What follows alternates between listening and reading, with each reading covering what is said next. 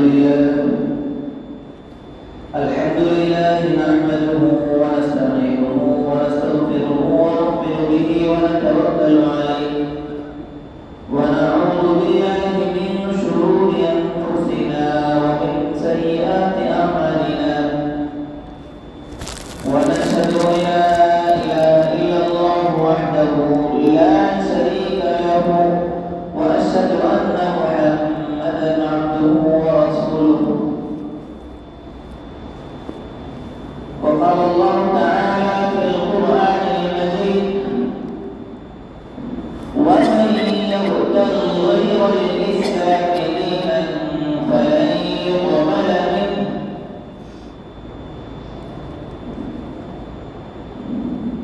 وقال الله تعالى في القرآن المجيد: يا أيها الذين آمنوا ادخلوا في السلم كافة ولا تتبعوا خطوات الشيطان إنه لكم عدو مبين. عن أبي هريرة رضي الله عنه قال: قال النبي صلى الله عليه وسلم: بادروا بالأعمال كقطع الليل المظلم يصبح الرجل مؤمنا ويمسي كافرا ويمسي مؤمنا ويصبح كافرا. صدق الله العظيم. میرے عزیز دینی ایمانی بھائیوں اور بزرگوں،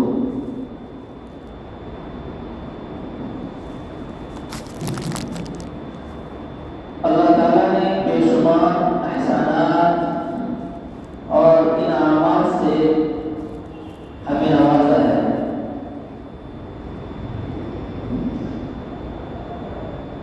انسان اگر اللہ کی نعمتوں کو شمار کرنا چاہے، گننا چاہے، اس کو کاؤنٹ کرنا چاہے، وہ اللہ کے انعامات اور احسانات کو گنا نہیں سکتا. انسان کا بولنا اللہ کی نعمت ہے، رات کی نیند آنا یہ اللہ کی نعمت ہے، چلنے اور پڑھنے، اٹھنے اور بیٹھنے کی طاقت کا مل جانا اللہ کی نعمت ہے، جوانی اللہ کی نعمت ہے، سننا، دیکھنا، بولنا اور تمام ہوا کا بدن میں لینا اور دل میں بدن میں ایسی چیز کو بنانا جو انسان کے خون کو فلٹر کر کے پوری باڈی میں بھیج دے، یہ اللہ کی نعمت ہے.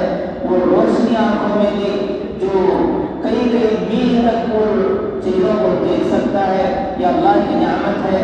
سننے کی صلاحیت عطا فرمائی، یہ اللہ کی نعمت ہے. پہچاننے کی صلاحیت عطا فرمائی، یہ ابا کی آواز ہے، یہ امی کی آواز ہے، یہ میرے بیٹے کی آواز ہے، یہ میرے پاس کام کرنے والے امپلائیز کی آواز ہے، غلام کی آواز ہے، میرے باس کی آواز ہے. تو ہر چیز کو سوچنے، سمجھنے اور سننے کی صلاحیتوں سے اللہ تعالیٰ نے انسان کو آراستہ فرمایا ہے.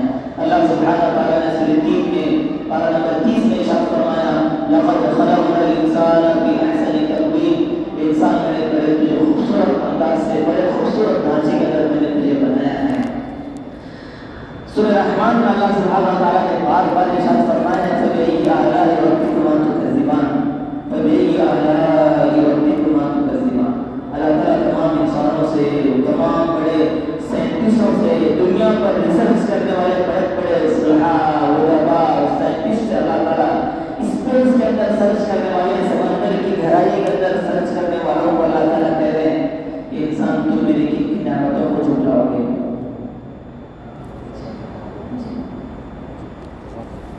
آپ کن کن نعمتوں کو میرے جھٹلاؤ گے؟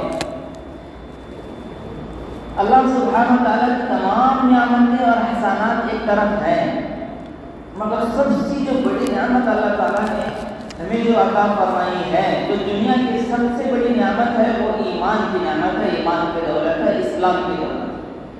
یاد رکھ لو، یہ اتنی بڑی دولت ہے کہ دنیا میں اس سے بڑھ کر کوئی دولت ہو نہیں سکتی، اس سے بڑھ کر کوئی دولت ہو نہیں سکتی. یہ چیز اتنی قیمتی ہے، مذہب اسلام کا ہو جانا، اسلام گھرانے میں پیدا ہونا، مسلمان ہو جانا، یہ اتنی بڑی نعمت ہے کہ دنیا کی تمام نعمتیں اس کے بعد ہیں، اگر یہ نعمت نہیں ہے، سب کچھ ہونے کے بعد بھی وہ اللہ کی نظر میں کچھ نہیں ہے۔ ہم سمجھ رہے ہوں گے امریکہ کا پریزیڈنٹ ہے، دنیا پر حکومت کرنے والا ہے، اور فلاں یہودیوں کے پاس اتنی طاقت ہے، پورے ورلڈ پر وہ قبضہ کیے ہوئے ہیں اور پوری حکومت کو چلا رہے ہیں، پورا اکنامی سسٹم ان کے ہاتھ میں ہے۔ ہم سمجھ رہے ہیں کہ وہ دنیا کے کامیاب لوگ ہیں، سکسیسفل لوگ ہیں، جو چاند پر، زمین پر، سمندروں پر ریسرچ کر رہے ہیں۔ ہم سمجھ رہے ہیں کہ وہ کامیاب لوگ ہیں۔ ہم سمجھتے ہیں کہ بڑے بڑے بنگلات میں، بڑے بڑے محلوں کے اندر رہنے والے ہم سمجھتے ہیں کہ وہ کامیاب ہیں۔ ہم سمجھتے ہیں کہ وہ سکسیسفل لائف جی رہے ہیں، وہ کامیاب زندگی جی رہے ہیں۔ ہمارا کامیابی کا معیار یہ ہے کہ اچھا لباس، اچھا پہننا، اچھا گھر، اچھی گاڑی، سوسائٹی میں عزت۔ ہم سمجھتے ہیں کہ یہ کامیاب زندگی ہے، یہ کامیاب زندگی ہے۔ میرے بھائیو، یہ کامیاب زندگی نہیں ہے۔ یہ سب کچھ اگر اس کے پاس ہے، وہ دنیا پر حکومت کر کر کے اللہ کے پاس آ رہا ہے، مگر اللہ تعالیٰ یہ نہیں دیکھیں گے وہ دنیا میں اس کا وہ عہدہ تھا کیا، اس کا پوسٹ کیا تھا، اللہ تعالیٰ وہ نہیں دیکھیں گے۔ اللہ تعالیٰ یہ دیکھیں گے اس کے پاس ایمان ہے یا نہیں۔ یہ اگر ہے تو ساری چیزیں کامیاب ہیں، یہ اگر نہیں ہے تو تمام چیزیں ہونے کے باوجود بھی وہ فقیر ہے۔ مثال کے طور پر ایک شخص دنیا میں ایسا ہے، اس کے پاس بھی اچھا بڑا سا مکان نہیں ہے اور اچھی لگژری وہیکلس اس کے پاس نہیں ہے، کاریں اس کے پاس نہیں ہے، سوسائٹی میں کوئی، معاشرے میں اس کا کوئی مقام مرتبہ نہیں، مگر اس کے پاس ایمان ہے، اللہ کی محبت ہے، اللہ کی پہچان ہے، تو سمجھ لو وہ دنیا کا سب سے بڑا ملینئر اور بلینئر شخص ہے۔ وہ اللہ کی نظر میں سب سے کامیاب انسان ہے جس کے پاس ایمان ہے۔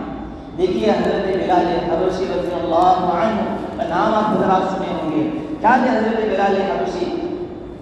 غلام تھے، سوسائٹی میں کوئی نام نہیں تھا، سوسائٹی میں کوئی عزت اور مقام و مرتبہ نہیں تھا، حبشہ کے رہنے والے تھے، شکل صورت بھی اتنی زیادہ خوبصورت نہیں تھی، کالے کالوٹے تھے، اور ایک غلام تھے، اور ان کے پاس نہ مال تھا، نہ دولت تھی، نہ شکل و صورت تھی۔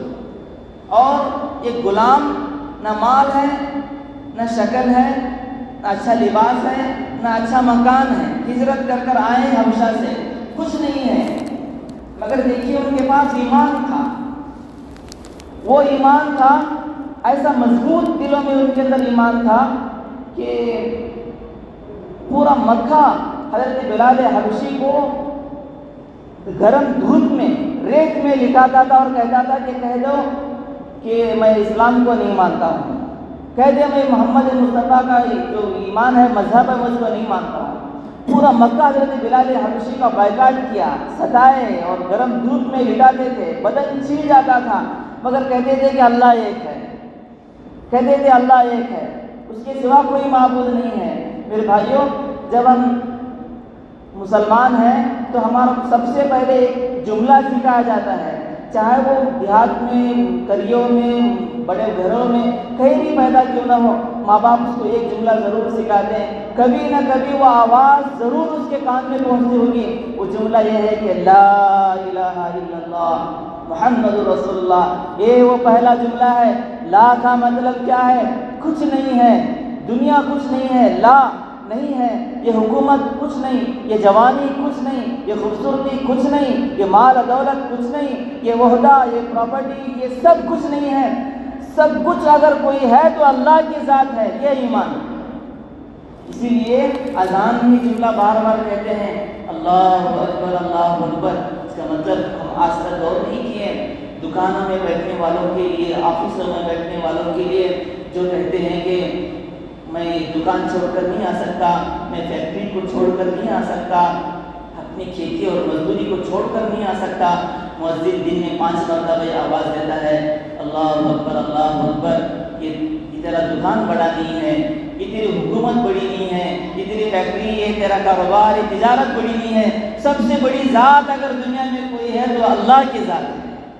اللہ اکبر، اللہ ہی سب سے بڑے ہیں، اللہ ہی سب سے بڑے، سب کچھ کرنے والی ذات اللہ ہی کی ہے۔ تو حضرت بلال حبشی کا ایمان دیکھیے، اتنا تشدد کے بعد بھی وہ ایمان سے نہیں پھرے، یہ ایمان ہے۔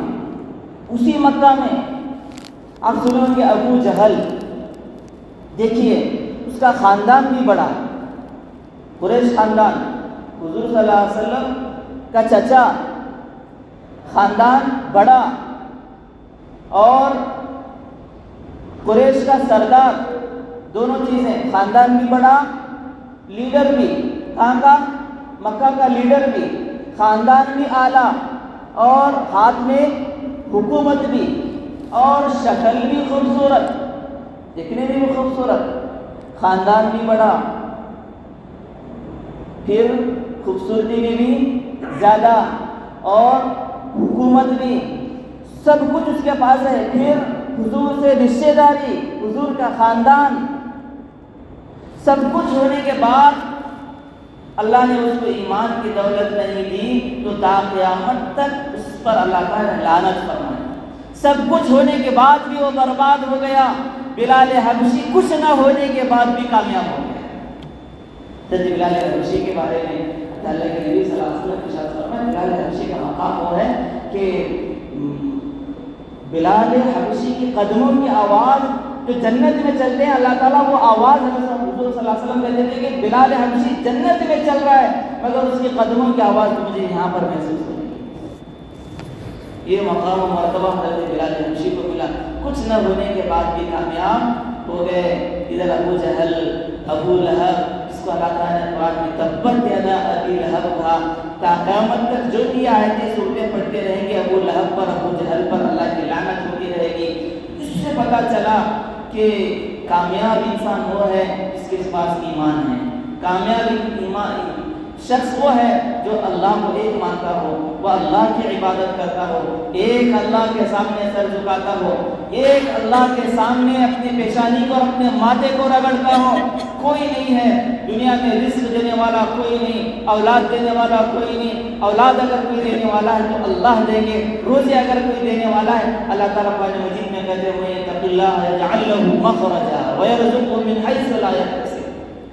پارہ نمبر 12 میں اللہ سبحانہ و تعالیٰ ارشاد فرماتے ہیں وما من دابۃ فی الارض الا علی اللہ رزقها۔ اے لوگو، یہ دلوں میں اس بات کو بٹھا لو کہ دنیا میں جتنے مخلوقات ہیں، جتنے ذرات ہیں، جتنے جانور ہیں، انسان ہیں، سب کو روزی میں دیتا ہوں، سب کو روزی میں دیتا ہوں۔ دنیا کے بڑے بڑے بادشاہ تو ضرور ہوں گے مگر ان کی دھڑکنیں اللہ کے حکم کے حوالے ہیں، ان کی سانسیں اللہ کے ہاتھ میں ہیں، ان کی دھڑکنیں اللہ کے ہاتھ میں ہیں۔ تو میرے بھائی اس سے پتہ چلا کہ دنیا کی جو رونقیں ہمیں جو نظر آتی ہیں اس پر کامیاب نہیں ہے۔ آج ہم اچھا لباس پہن کر آئے ہیں، اچھا ڈانس کرتے ریمنڈ سے کپڑے پہن کر آئے تو ہم اس کو ایک الگ لیول سے بات کرتے ہیں۔ جو سادہ لباس، چپل اور جوتے دیکھ کر انسان پہچانتا کہ یہ کون سے لیول کا آدمی ہے، کون سے برانڈ کے شوز پہنے، کون سے برانڈ کے چپل پہنے، اس لیول سے ہم اس کا مقام و مرتبہ کرتے ہیں۔ اور یہ کیا ہے، اس کے پاس کتنی دولت، ان چیزوں کو دیکھ کر اللہ تعالیٰ ہم لوگوں کا فیصلہ کرتے ہیں کہ بڑا آدمی ہے، یہ غریب آدمی ہے۔ مگر قربان سے اللہ کے نبی صلی اللہ علیہ وسلم ارشاد فرمائے ان اللہ لا ينظر الى اجسامكم ولا الى صوركم ولكن ينظر الى قلوبكم واعمالكم۔ اللہ تعالیٰ تمہارے جسموں کو نہیں دیکھتے ہیں، اللہ تعالیٰ تمہارے شکل و صورت کو نہیں دیکھتے ہیں، اللہ تعالیٰ اگر دیکھتے ہیں تو تمہارے دلوں کو دیکھتے ہیں، تمہارے اعمال کو دیکھتے ہیں۔ تو آج انہی اعمال کو بنانے کی ضرورت ہے، اللہ کی پہچان کو بنانے کی ضرورت ہے۔ یاد رکھ لو ایمان اتنا بڑا قیمتی چیز ہے۔ اب مثال کے طور پر اگر کہیں انسان کو گھر چھوڑ کر جانا ہے کہ کسی کام کے لیے گھر سے باہر جانا ہے تو وہ قیمتی چیزوں کو چھپا کر رکھتا ہے۔ کبھی کچن کو کوئی لاک کر کے نہیں جاتا، اسے معلوم ہے کہ جو برتن ہیں یہ اس کی قیمت نہیں ہے، کچن کو کوئی لاک نہیں کرتا۔ اپنے صوفے اور بیڈ اور گادی اور بستروں کو کوئی اچھے سے لاک کر کے نہیں رکھتا ہے، اس کو ایسے ہی پھینک کے چلا جاتا ہے، ایسے ہی چھوڑ کر چلا جاتا ہے، کچن کے سامان کو ایسے ہی چھوڑ کر چلا جاتا ہے۔ وہ سمجھتا ہے کہ اس کی کوئی ویلیو نہیں ہے، اتنا زیادہ قیمتی نہیں ہے۔ مگر وہی تھوڑا سا بھی اگر سونے کا 5 گرام کا بھی سونے کا اگر ہو یا 2 گرام کا بھی اگر سونا اس کے پاس ہو تو جاتے وقت اس کو اچھے سے ایک لاکر میں بند کر کر چابی کو اپنے پاس رکھ کر جاتا ہے۔ جاتا ہے کہ نہیں جاتے بھائی؟ اتنی والے نہیں جاتے، شاید ایسا چھوڑ کر جاتے انہوں بھی۔ پیسوں کو بھی جاتے وقت اچھا لاک کرے گا نہیں بول کو 2 سے 3 بار دیکھتا ہے اسے، کہاں پیسے رکھے ہوئے نہیں، اس کو بھی دیکھو جاتے وقت۔ میرے بھائیوں سونے اور چاندی اور پیسوں سے زیادہ قیمتی اگر کوئی چیز ہے تو ایمان کی دولت ہے۔ افسوس کے بعد کہ ہم ایمان کی جو طاقت ہے، جو پاور ہے، جو حقیقت ہے، آج ہم اس سے محروم ہیں، اور اس سے کہیں زیادہ اپنے ایمان کی حفاظت کرنے کی ضرورت ہے۔ آج ہمیں کیا ہے، ایمان خاندانی طور پر ملا ہے، اسلام ہمیں خاندانی طور پر ملا ہے۔ ہمیں اسلام کے لیے، ایمان کے لیے دوڑنے اور پھرنے اور شہر چھوڑنے کی ضرورت نہیں پڑی، اور اسلام کے لیے ہمیں مار کھانے کی ضرورت نہیں پڑی۔ اسلام اور ایمان وراثت میں ہمیں ملا ہے، وراثت میں ہمیں ملا ہے۔ اس ایمان کو حاصل کرنے کے لیے ہم نے کوئی قربانی نہیں کی، ہم نے کوئی سیکریفائی نہیں کیا، ہم نے اپنے آپ کو نہیں کھپایا۔ یہ ایمان ہم کو وراثت میں ملا ہے۔ قربان جائیے مصعب بن عمیر رضی اللہ عنہ، وہ صحابی کے رسول ہیں، ان کی لائف کیسی تھی بھائی؟ ایمان لانے سے پہلے وہ 20-20 ہزار درہم کا لباس پہنتے تھے۔ 20-20 ہزار درہم، یعنی اس وقت کم سے کم 2.5 سے 3 لاکھ روپے کا ایک جوڑا ہوتا تھا۔ اور شام سے بن کر ان کے کپڑے آتے تھے، ملک شام سے کپڑے تیار ہو کر وہاں سے آتے تھے مصعب بن عمیر، اور شکل بھی اتنی خوبصورت تھی کہ، اور یہاں تک کی کتابوں میں لکھا ہے کہ ان کی شکل حضور صلی اللہ علیہ وسلم کی شکل سے ملتی جلتی تھی۔ تو سمجھ لو کہ وہ کتنے خوبصورت ہوں گے، کتنے خوبصورت ہوں گے، اور کتنے اچھی شکل و صورت والے ہیں۔ 20,000 درہم کا لباس پہنتے تھے ایمان لانے سے پہلے، اسلام قبول کرنے سے پہلے، اور اتنا برانڈڈ پرفیوم استعمال کرتے تھے، عطر استعمال کرتے تھے کہ وہ جس گلی سے جاتے تھے تو لوگ پہچانتے تھے کہ یہاں سے مصعب بن عمیر گئے ہیں، ان کی خوشبو سے پہچان لیتے تھے کہ وہ یہاں آ کر گئے ہیں، اتنا برانڈڈ خوشبو ان کا تھا۔ اور بچپن میں ان کے والد کا انتقال ہوا، پوری پراپرٹی اکیلے تھے، ان کی امی کے ساتھ، اپنی والدہ کے ساتھ، بہت بڑی پراپرٹی ان کی تھی، مگر اللہ کا دیکھیے ان کو ایمان کی دولت نصیب ہوئی، حضور صلی اللہ علیہ وسلم کا سامنا ہوا، ایمان کی دولت حاصل ہوئی، آ کر اپنی امی سے، اپنی والدہ سے کہنے لگے میں محمد کا کلمہ پڑھ کر مسلمان ہو چکا ہوں۔ امی بڑی خفا ہوئی، غصہ کی، مگر ان کے چچا تھے، امی پھر بھی چلو معاف کر دی، میرا اکلوتا بیٹا ہے، میں اس کو کیسے سزا دے سکتی ہوں۔ مگر چچا بڑا ظالم تھا، بے رحم تھا، وہ کہنے لگا کہ مکہ میں ہمارا اتنا بڑا نام ہے، ہم اتنے مکہ کے بڑے رئیس ہیں، اور ہم بڑے خاندان والے لوگ ہیں، تم اگر اسلام قبول کر لیں گے تو ہمارا خاندان کا نام مٹ جائے گا، ہمارے خاندان کی برائی ہوگی، لوگ ہمارے قبیلے کو برا بھلا کہیں گے، ہمارا اسٹیٹس کا کیا ہوگا، ہمارے لیول کا کیا ہوگا۔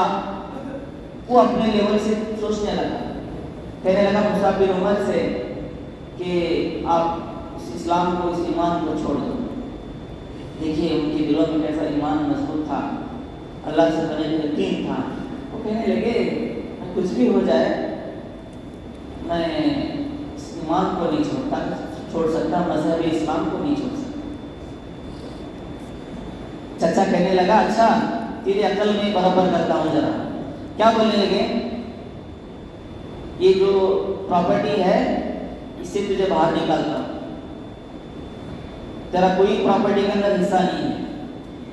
پھر دوسری کنڈیشن کیا لگائے، یہ جو تو لباس پہنے تو اتنا مہنگا، یہ سب میرے بھائی کی کمائی ہوئی دولت کے پیسے کا ہے، اس کو اتار۔ چچا نے بے لباس کر دیا، مصعب بن عمیر کے پورے کپڑے اتار دیے، پراپرٹی سے بے دخل کر دیا۔ برہنہ حالت میں مصعب بن عمیر رضی اللہ عنہ گھر سے باہر نکلے، اور کہیں نہ کہیں پتوں سے ادھر ادھر سے کپڑا لے کر سطر کو چھپائے اللہ کے نبی صلی اللہ علیہ وسلم کی خدمت میں حاضر ہوئے، سطر کو چھپائے اللہ کے نبی صلی اللہ علیہ وسلم کی خدمت میں حاضر ہوئے۔ وہاں پر بیٹھ کر انہوں نے ایمان کی حقیقت کو حاصل کیا۔ اللہ کے نبی صلی اللہ علیہ وسلم نے ایک قافلہ آیا، حضور صلی اللہ علیہ وسلم سے کہنے لگا کہ ہمیں دین سکھانے کے لیے، اسلام اور ایمان سکھانے کے لیے کسی استاد کو بھیج دو، کسی استاد کو بھیج دو۔ اللہ کے نبی صلی اللہ علیہ وسلم نے مصعب بن عمیر رضی اللہ عنہ کو استاد بنا کر مدینہ منورہ بھیجے۔ ایک سال میں کم سے کم 100 ایسے بڑے بڑے خاندان تھے جو ایمان قبول کیا حضرت مصعب بن عمیر رضی اللہ عنہ کے ہاتھوں. ایک وقت آیا جنگ احد کے اندر، جنگ احد میں اسی احد کے پہاڑ کے پاس ہی مصعب بن عمیر رضی اللہ عنہ کی آج بھی قبر ہے. جو لوگ عمرہ اور حج کے لیے جاتے ہیں اس احد پہاڑ کی جب زیارت کے لیے جاتے ہیں تو وہاں پر مصعب بن عمیر رضی اللہ عنہ کی قبر کو دکھایا جاتا ہے. دیکھیے مصعب یہ واقعہ اتنا بڑا دردناک ہے کہ جنگ احد کے موقع پر جو جھنڈا تھا اسلام کا وہ مصعب بن عمیر رضی اللہ عنہ کے ہاتھ میں تھا. ایک ہاتھ کٹ گیا، دوسرے ہاتھ میں علم کو پکڑے، جھنڈے کو پکڑے. پھر یہ بھی ہاتھ کٹ گیا، جو بازو تھے ان بازو سے اسلام کا جو ترنگا تھا، جو فلیگ تھا اس کو پکڑے. یہاں تک کہ وہ شہید ہو کر زمین پر گر نہ جاتے تب تک اس علم کو، اس فلیگ کو نیچے گرنے نہیں دیے. جب شہید ہوئے اللہ کے نبی صلی اللہ علیہ وسلم کے پاس آ کر صحابہ کہنے لگے مصعب بن عمیر رضی اللہ عنہ شہید ہو گئے. اور شہید جس لباس میں شہید ہوتا ہے اسی لباس میں اس کو دفنایا جاتا ہے. ایک اصول ہے، شہید جس لباس میں شہید ہوتا ہے اس کو اسی لباس میں کفنایا جاتا ہے، دفنایا جاتا ہے.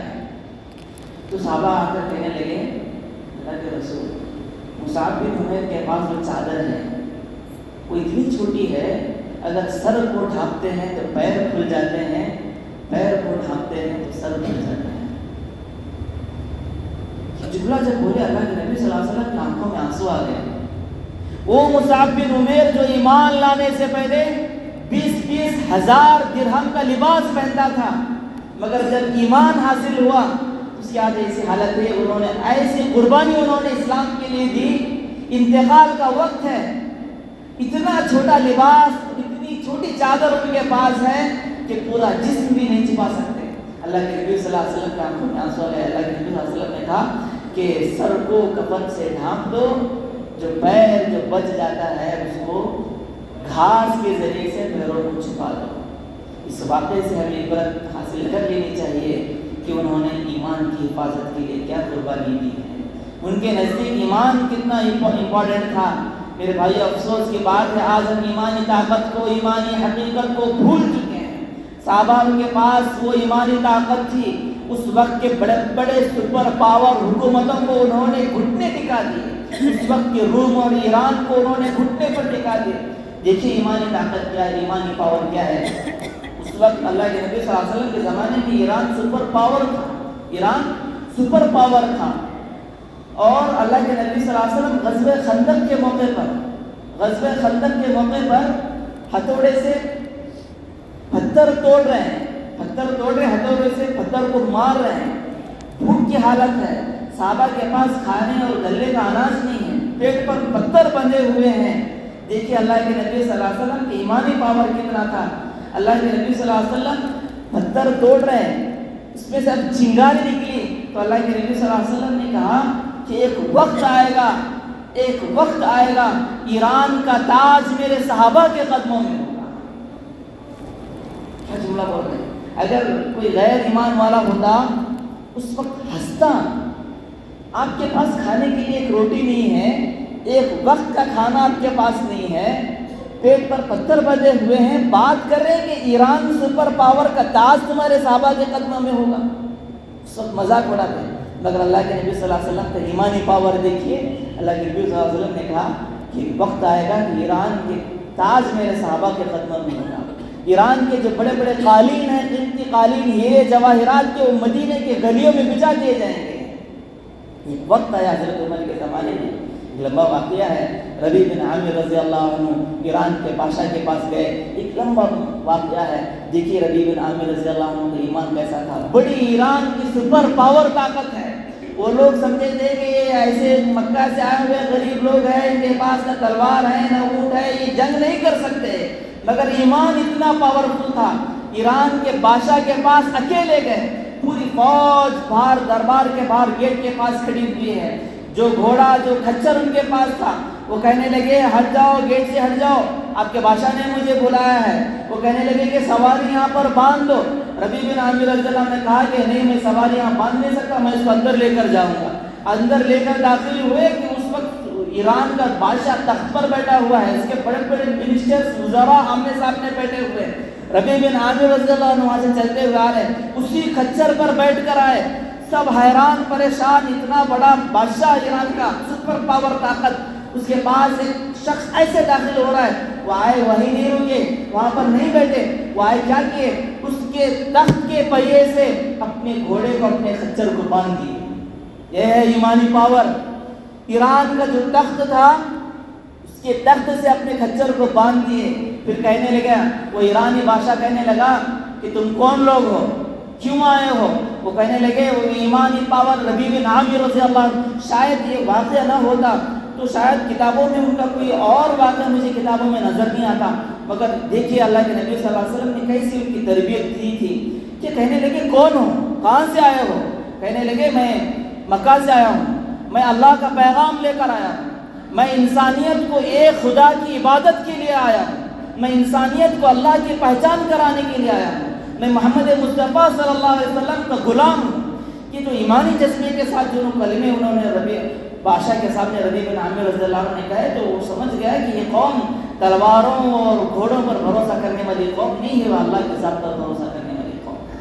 آج ہم اللہ کے ذات پر بھروسہ کرنے کی ضرورت ہے۔ آپ حضرات سنے ہوں گے، ابھی کچھ دنوں پہلے نیو یارک کا ایک میئر بنا، زہران ممدانی بول کر، نام سنے ہوں گے نا بھائی؟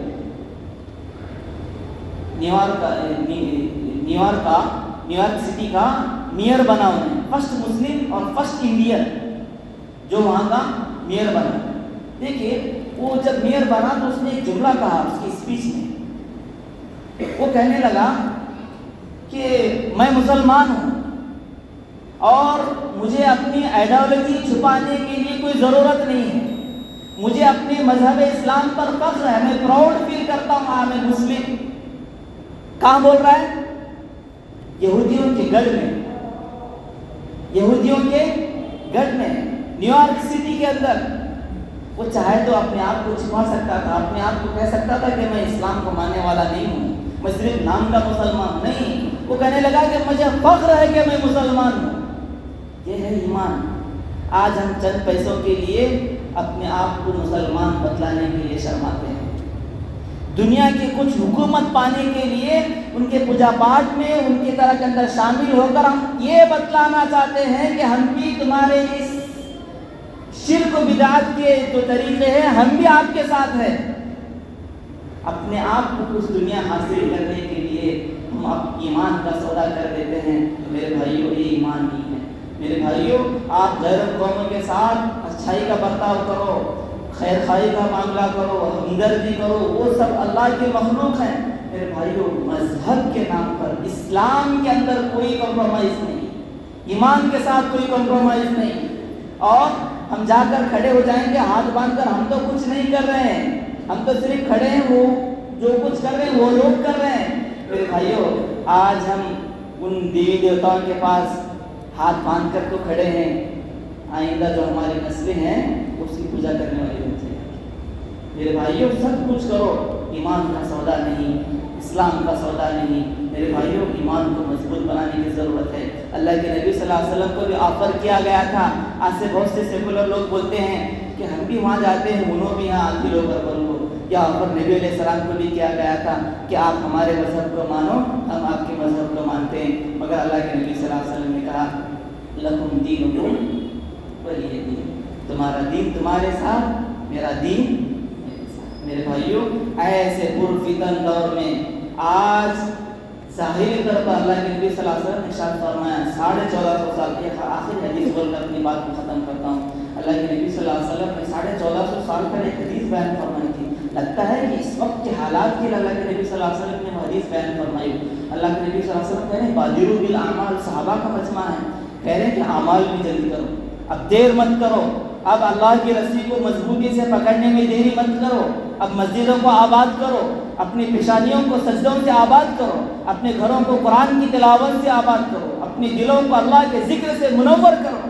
اب دیری نہیں ہے، اب سستی کرنے کا وقت نہیں ہے، اب ویٹ کرنے کا وقت نہیں ہے، بادروا بالاعمال، اعمال کی طرف جلدی کرو۔ پھر نبی علیہ السلام نے ارشاد فرمایا کقطع اللیل المظلم، اللہ کے نبی نے فرمایا کہ قرب قیامت کے ذریعے فتنے عام ہو جائیں گے، فتنے عام ہو جائیں گے۔ وہ کیسے فتنے ہوں گے کہ جس طرح رات ہوتی ہے تو اندھیرا ہر گاؤں، ہر مکان، ہر بستی، ہر جگہ پھیل جاتا ہے، جنگلات ہو، میدان ہو، گھر ہو، سب کے اندر رات کی جو تاریکی ہے وہ پھیل جاتی ہے، کوئی جگہ محفوظ نہیں ہوتی ہے۔ تو اللہ کے نبی صلی اللہ علیہ وسلم نے ارشاد فرمایا قرب قیامت ایسے فتنے ہوں گے، ہمارے ایمان کو ختم کرنے کی، ہمارے بچوں کے ایمان کو سلب کرنے کی کوششیں کی جائے گی، پلاننگ کی جائے گی، انہیں اسلام سے دور کرنے کی، انہیں مرتد بنانے کی، ان کو اسلام سے دور کرنے کی پوری کوششیں کی جائے گی، چاہے وہ سوشل میڈیا کے ذریعے سے ہو، اخبارات کے ذریعے سے ہو، ماحول کے ذریعے سے ہو، مسلمانوں کو ڈرا کر ان کے ایمان کو ختم کرنے کی فکریں اور کوششیں اور ماحول بنا دیا جائے گا۔ اور وہ فتنے ایسے زبردست ہوں گے کہ یصبح الرجل مؤمنا، یصبح الرجل مؤمنا، وہ فتنے کیسے زبردست ہوں گے کہ صبح میں تو مسلمان رہیں گے، شام ہوتے ہوتے وہ کافر ہو جائیں گے۔ ایسے حالات ہوں گے قرب قیامت، یصبح الرجل مؤمنا ویمسی کافرا ویمسی مؤمنا ویصبح کافرا، وہ شام میں تو مسلمان رہیں گے، صبح ہوتے ہوتے ان کا ایمان ان کے دل سے نکل چکا ہوگا، ظاہر میں تو مسلمان نظر آئیں گے مگر ان کا دل ایمان سے خالی ہو جائے گا۔ میرے بھائیوں، ایسے حالات کے اندر اپنے بچوں کے اندر، اپنے اندر اللہ کا ایسا یقین، زبردست یقین ان کے اندر پیدا کرو، دنیا کی کیسے بھی حالات آ جائے ایمان سے کبھی سودا مت کرنا۔ یہاں تک کہ ہتھیلی میں اگر کوئی سمندر کو جمع کر دے، ہو سکتا ہے بھائی پورے سمندر کو کوئی بھی ہتھیلی میں جمع کر کر دکھائے، کہے کہ میں تیرا رب ہوں، پورے سمندر کو ہتھیلی میں جمع کر دے اور کہے کہ میں تیرا رب ہوں، تب بھی ہم کہیں گے کہ میرا رب